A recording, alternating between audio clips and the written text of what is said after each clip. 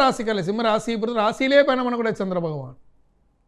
அஷ்டமத்து சனியில பல்வேறு தீராத மனக்குழப்பங்கள் இருந்தாலும், பணத்தட்டுப்பாடு இருந்தாலும், அவற்றையெல்லாம் எளிதாக இறை வழிபாட்டால் நீக்கிக் கொள்ளக்கூடிய ஒரு அற்புதமான நாள் இந்த நல்ல நாள். கர்நாடக மாநிலம் கொல்லூரில் அருள்பாலிக்கூடிய தாய் மூகாம்பிகையை மனசுல நினைச்சு நாளை தொடங்கும் போது இன்றைய நாள் ஒரு அற்புதமான நாளாக உங்களுக்கு அமையும். கன்னிராசிக்கல்ல கன்னிராசியை பொறுத்தவரை மிக மிக அற்புதமாக இருக்கு. கன்னிராசி 12ஆம் இடத்தில் பயணம் பண்ணக்கூடிய சந்திர பகவான். புதிய முயற்சிகள், அதனால் வருமானம், நிலையான செல்வம். கண்டசனி வந்திருக்கு. கணவன் மனை உறவில் கருத்து முரண்பாடு இருந்தாலும் வருமான விஷயத்தில் மிகப்பெரிய தொய்வு இல்லை. வருமானம் கொஞ்சம் கொஞ்சமாக வந்துட்டு இருக்கு. வியாபாரம் வருது. நேற்று வரைக்கும் வராத வாய்ப்புகள் இப்போ கிடைக்குது. அதை சரியாக பயன்படுத்தி கொள்ளணும்.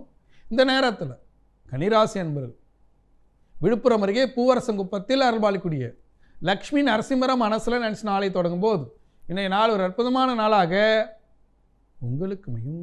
ராசிகளை துலா ராசியை பொறுத்தவரை மிக மிக அற்புதமாக இருக்குது. துலா ராசி 11ஆம் இடத்தில் பயணம் பண்ணக்கூடிய சந்திர பகவான். கடன் பெற்று பல விஷயங்களை செய்தாலும் ராகு பகவான் லாபமாக இருந்து புதிய வாய்ப்புகளை, அளவிட முடியாத செல்வங்களை, புதிய சிந்தனைகளை கொடுக்கிறார். இந்த நேரத்தில் கிடைக்கிற வாய்ப்புகளை பயன்படுத்தி தொழிலை வளர்ச்சி பாதைக்கு எடுத்து செல்லணும். குடும்ப உறவுகளில் அனைவரையும் அரவணைச்சு போகணும் என்ற மாண்பு உணரும் நேரம். இந்த நேரத்தில் ஸ்ரீவில்லிபுத்தூரில் அருள்பாலிக்கூடிய ஆண்டாள மனசில் நினைச்சு நாளை தொடங்கும் போது இன்றைய நாள் ஒரு அற்புதமான நாளாக உங்களுக்கு அமையும். விருச்சிக விருச்சிக ராசியை பொறுத்தவரை மிக மிக அற்புதமாக இருக்குது. விருச்சிக ராசிக்கு 10ஆம் இடத்தில் பயணம் பண்ணக்கூடிய சந்திர பகவான். கடந்த காலங்களில் ஏற்பட்ட மனக்கசப்பு, தாய் வழி உறவுகளில் ஏற்பட்ட பிரச்சனைகளை எளிதாக தீர்க்கும் ஒரு அற்புதமான நாள் இந்த நல்ல நாள்.